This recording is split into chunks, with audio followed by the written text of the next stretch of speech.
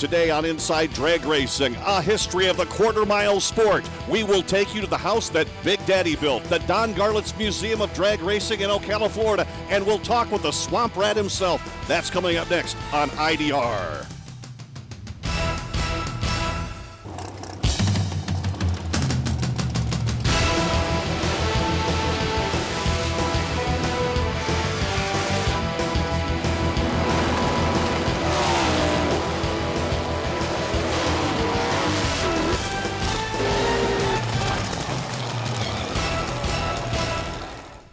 It's a treasure trove of drag racing history.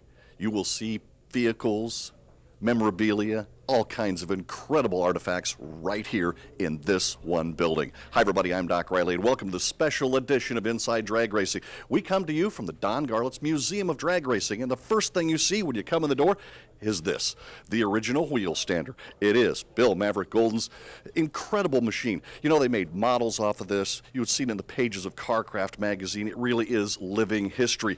Bill Maverick Golden's race cars and trucks won over 4,200 races, set some 660 track records, and received 48 national title and awards. Nicknamed the Maverick in 1958 for campaigning and winning the stock Dodge Racer Maverick, won his very first of many national events in 1962 under the sponsorship of Dodge. Now, in late 1964, Maverick drove a compact Dodge truck named the Little Red Wagon for a Dodge. Tough Trucks commercial and introduced a new concept of exhibition racing known as wheel standing. And in 1982, Maverick retired the wheel-standing Little Red Wagon from drag racing to build and campaign a 1983 Dodge Wheelie pull truck. Let's kick off this special edition of Inside Drag Racing with the man who the museum's named after, Don Garlits, and his very first drag racing vehicle. This is where the sport all began. Flathead dragster on 1927 Model T Ford rails. Now, actually, this wasn't always a dragster. In the beginning, this engine was a head. There was a roadster body back here. The driver sat right about here, and it had a drive shaft in it. Well, you didn't get enough traction. See how small these tires are? So I moved the engine back, took the body off, put this roll bar on, set the driver in back of the rear end, got a lot of traction. This car won the drag safari up in Lake City in 1955. Was my first real big NHRA win. And let me tell you something about some of the safety features on this car as opposed to the things we have today. Of course, I mentioned the roll bar. These panels are to protect the driver. That's a little side piece. They made you put them on. The exhaust had to be directed away from the driver. You see the flex pipe directing the exhaust out the back. There had to be a cover over the carburetors in case the engine backfired and flames didn't come back in your face. And I'll tell you, it had a seat belt in it. Actually, it might have been better to be thrown clear of this car. But actually, it did have a seat belt. And there wasn't much else that they looked at. That was about it. And I was 76th car to enter the race at the Lake City, so that's why it has a 76 on it. The beginning was very, very primitive and very, very crude. But we had one heck of a good time. Inside Drag Racing is brought to you by Summit Racing Equipment, Summit, the world speed shop, by ARP, the world leader in racing fastener technology, and by Duplicolor, the leader in automotive paints, primers, and coatings. Yes, you can with Duplicolor.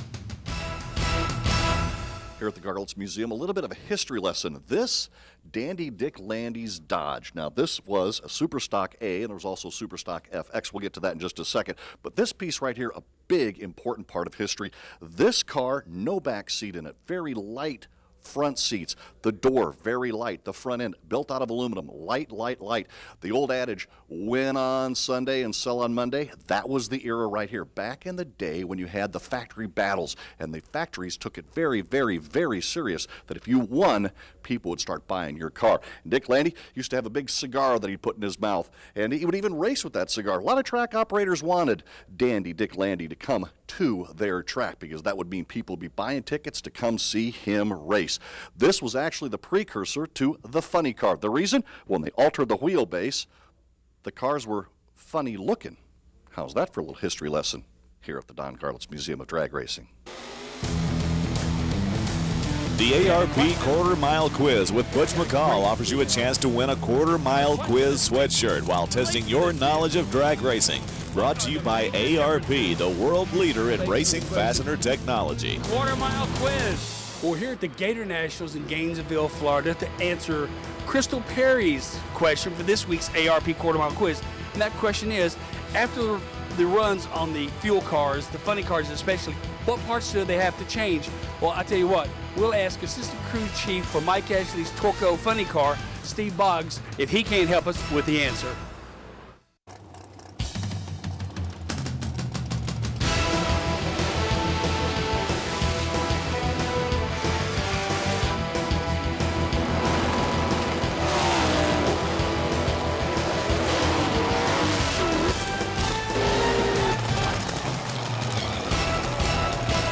Welcome back to the ARP quarter mile quiz. Hey, Steve, I hate to interrupt your breakfast here, but I need some help on a ARP quarter mile quiz. Crystal Perry wants to know, after every run in a funny car, what all are parts that you have to change, or what do you inspect? Well, basically we take all the rods and pistons out.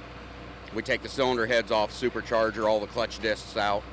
We measure the wear on the clutch disc, check the condition of the rods and pistons in the bottom end, and make sure that everything looks okay there. And then we basically put not all new parts in, but all parts of it that have been inspected, another set of cylinder heads, a whole new clutch pack, and that way we can ensure everything's the same on every run. If we left all those parts in it for another run, they'd all be junk when they came out. And you might not get down the track. No, probably not. Mike wouldn't be happy. No, he wouldn't be happy with us. Hey, listen, looks like a great breakfast. I apologize for interrupting you. Hey, thanks for the question. For you folks at home, great looking ARP quarter mile quiz sweatshirts waiting. I need to send you one. You send me a question.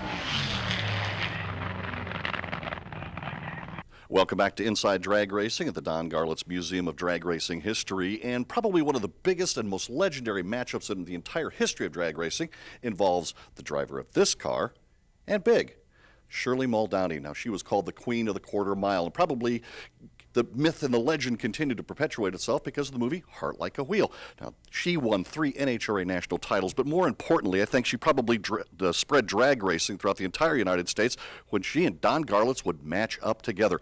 Every single track operator on the planet wanted that match race. Shirley Muldowney, they said she couldn't win any championships. As I said, she won 3 of them and numerous track titles. They wanted Shirley and Don Garlits to match up. A beautiful car, and inspired a lot from the motion picture. Dolls, nice little cases, everything. Shirley Muldowney, one of the queens of drag racing right here. You know, speaking of innovation from that time period, Don Garlits is a man who made numerous innovations, too many to list right here. But one of the most important ones that he ever made dealt with the wing.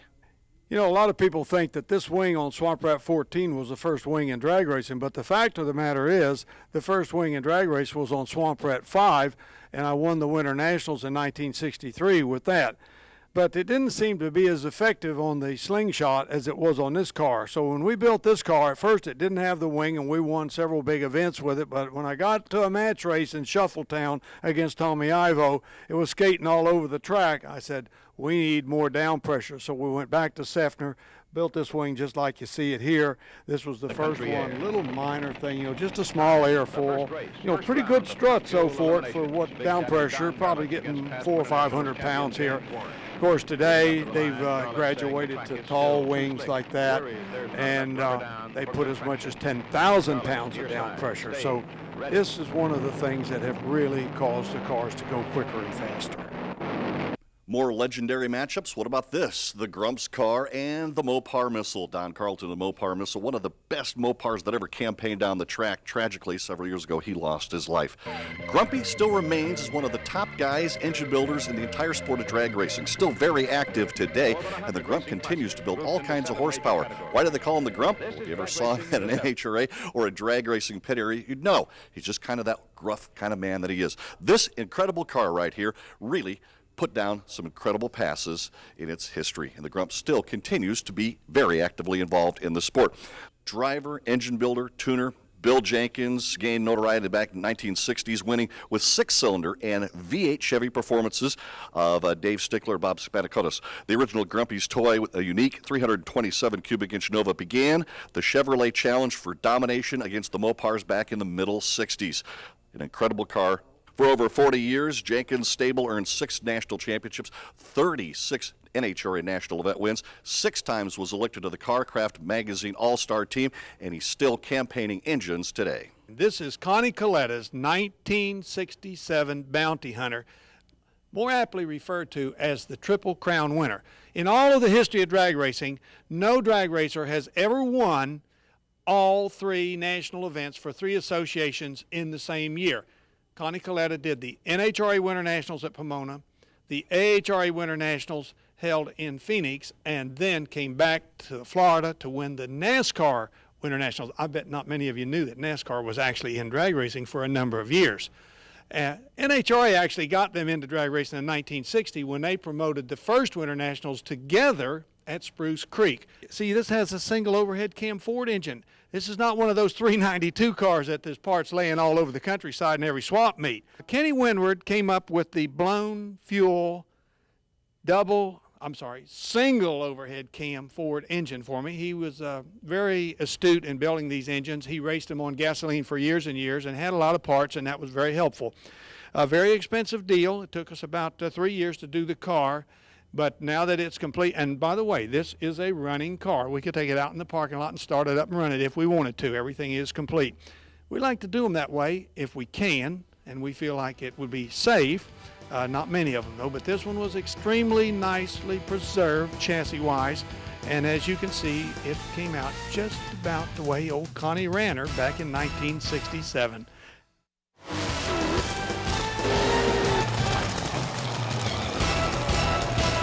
Welcome back to Inside Drag Racing. We come to you from the Don Garlits Museum of Drag Racing in Ocala, Florida. And for many drag racing fans, the funny cars are the thing that just fit the bill. And this is quite a collection right here, a favorite corner of mine in the museum. Jungle Jim Lieberman. Well, his Vega was an incredible piece right here. And as you notice, he campaigned it all over in the early 1970s. The old Milwaukee race car, this Candies and Hughes. You know, Paul Candies and Leonard Hughes, legendary among the sport of funny car drivers. During the 28 years collaboration, they won 2 Winston Drag Racing Series championships in both Top Fuel and Funny Car for both the NHRA and the IHRA. Now, of course, their driver was Mark Oswald. He won championships as well. This is one fine piece right here, the old Milwaukee Trans Am. And, of course, probably one of the most famous funny cars in the entire history of drag racing is that one right there. It is the Blue Max, 1984 Ford Mustang funny car driven by Raymond Beadle. This car won back-to-back titles in 1984, the Summer Nationals at Englishtown, the Mopar Nats at Denver. These events were the last 2 won by 46-year-old Beadle, who had a 13-year career. Funny cars, an incredible collection here at the Don Garlits Museum of Drag Racing. Let's get back to check up with Big to find out about another very special vehicle which he campaigned back in the day. This is the car that changed the face of drag racing forever. We thought that this was the ultimate design. I mean, everything that you could possibly do to a slingshot is on this car. I mean, all the little lightweight trick things, everything. And it had a 2-speed transmission, and that was its demise. Long Beach, California, March 8, 1970, as I let the clutch out on the starting line against Richard Tharp, that transmission exploded and cut off part of my right foot. And as I lay in the hospital, I vowed that I would put the slingshot dragsters out of business. There'd been rear-engine cars for a long time, but none of them ever worked. In fact, I even had one back in 1957, which was a complete joke. Just go every which way but straight. But when I come out of the hospital, I really went to work on it. Of course, the wheelbases had gotten longer. We had slipper clutches. We had better tires. Had a lot of stuff that made it possible to make a rear-engine car work. And after about 3 months of testing in Florida at the Orlando drag strip, we actually had a dragster that would get down the track as quick or quicker than one of these slingshots. I never thought it would happen, but it did. And the rest is history. The NHRA Sportsman Spotlight with Bob Fry, featuring a closer look at NHRA sportsman drag racers and their racing activities at different drag strips across the nation. Brought to you by Duplicolor, the leader in automotive paints, primers, and coatings.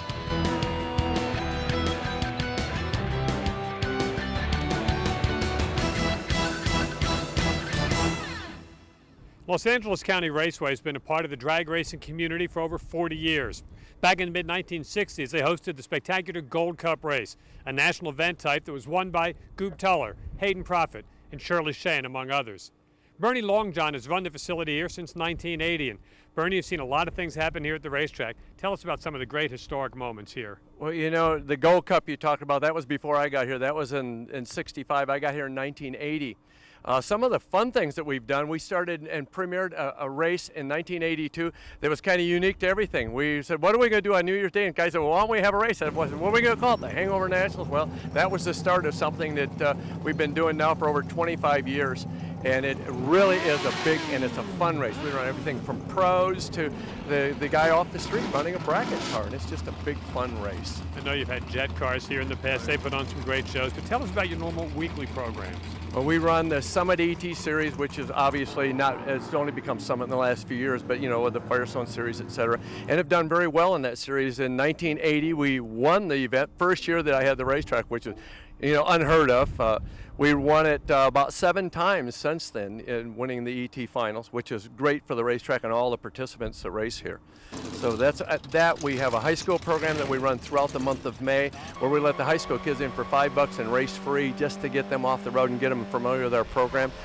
Very proud of our junior dragster program that's been, you know, we've been doing it since day one in the junior program. And so between that and our street racer night that we do, that we try and get kids off the street to get them a safe place to race. I know you had a great junior program today. Congratulate all those winners. You got the Division 7 championships coming up here for the juniors, but like all good things, LACR might be coming to an end. Yeah, started in October of 1964, actually. The first real race series started in 65, but it looks like in October of this year will be the end of the racetrack.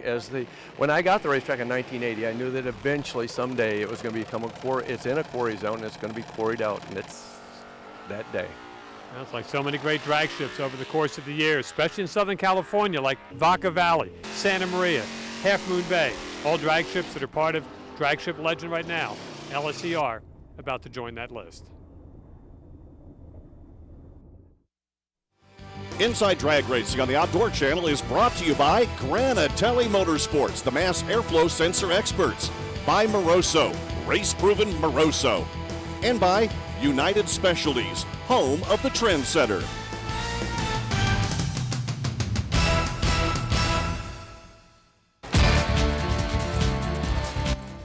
The Performance Tip. Professional tips on the latest performance technology available with NHRA Pro Stock champion Greg Anderson.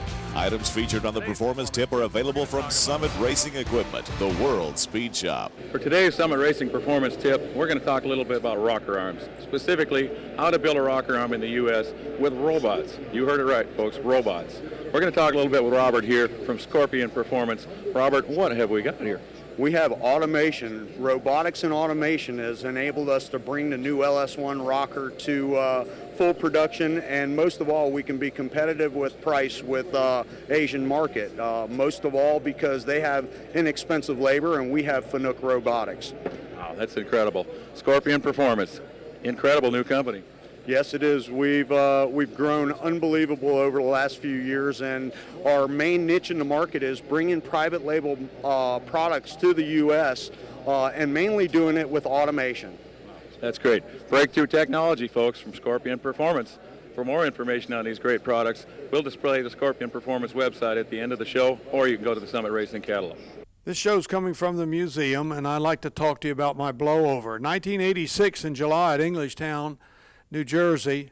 I was making one heck of a run. The front end was up just a little bit. I thought it was on one. I was racing Darrell Gwynn, but it just kept going up. Finally went all the way up, did a pirouette, turned around, went backwards, went through the lights about 150 miles an hour, then headed back to the starting line. It was one scary ride. And we thought we had it all fixed. And then I went to Spokane the next year in August, and about halfway down the track, when I pushed the clutch lock up, we had a little device that let some more fingers come in and lock the clutch up completely. When I did that, up came the front, the car flew into the air, and it was nasty. I was upside down, backwards, on fire, 151 miles an hour in the traps at 5:51 seconds ET. That car was on a run. In fact, that stood as low ET of the meet. We brought the car back here to the museum. We took it all apart. It was just so beat up. all the welds had lost their credibility. We decided we were just going to put it on display the way it came back from the crash so that people could have a look at just what it was like. The cockpit was absolutely perfect. Everything stayed nice. This car's only got 6 runs on it. It's practically brand new. But it took a heck of a beating from both ends because it went over end for end. And you can see it was a nasty, nasty break. But I survived, broke a few ribs, and that's what actually put me in television. 1988, I went to work for television, never looked back. The Museum of Drag Racing has all kinds of things from the very beginning of the sport. I mean, from Swamp Rat #1, the first drag racing vehicle to run faster than 170 miles per hour, to all of the incredible memorabilia that are here, photos, newspaper clippings, all kinds of great pages from all those great magazines. But one thing I like are just all kind of the trophies and kind of the nice little trophy case we've got here. The Winston IHRA Challenge, Don Garlits getting himself a clock back in 1976. The world's largest drag racing trophy. Yes, ladies and gentlemen, it is right here, won by Bobby and Ruth Langley in July of 1957 at Corpus Christi, Texas. We forget about track operators, photographers, announcers, staging lane, safety officials, drag racing officials, starters, that can all be found right here. At least part of their story, or maybe you'll remember a little bit about some of those early days of the drag strip that you may have attended as a child. If you have never been to this museum, it's easy to find right off of 75 in Ocala, Florida. It is incredible. And of course, some also nice items from just the period of time which drag racing was such an important part of American history. Stop by and see it. Boy, I tell you one thing, you can spend hours and hours, and it's well worth the visit to Ocala, Florida, and really the treasure trove of the world of drag racing.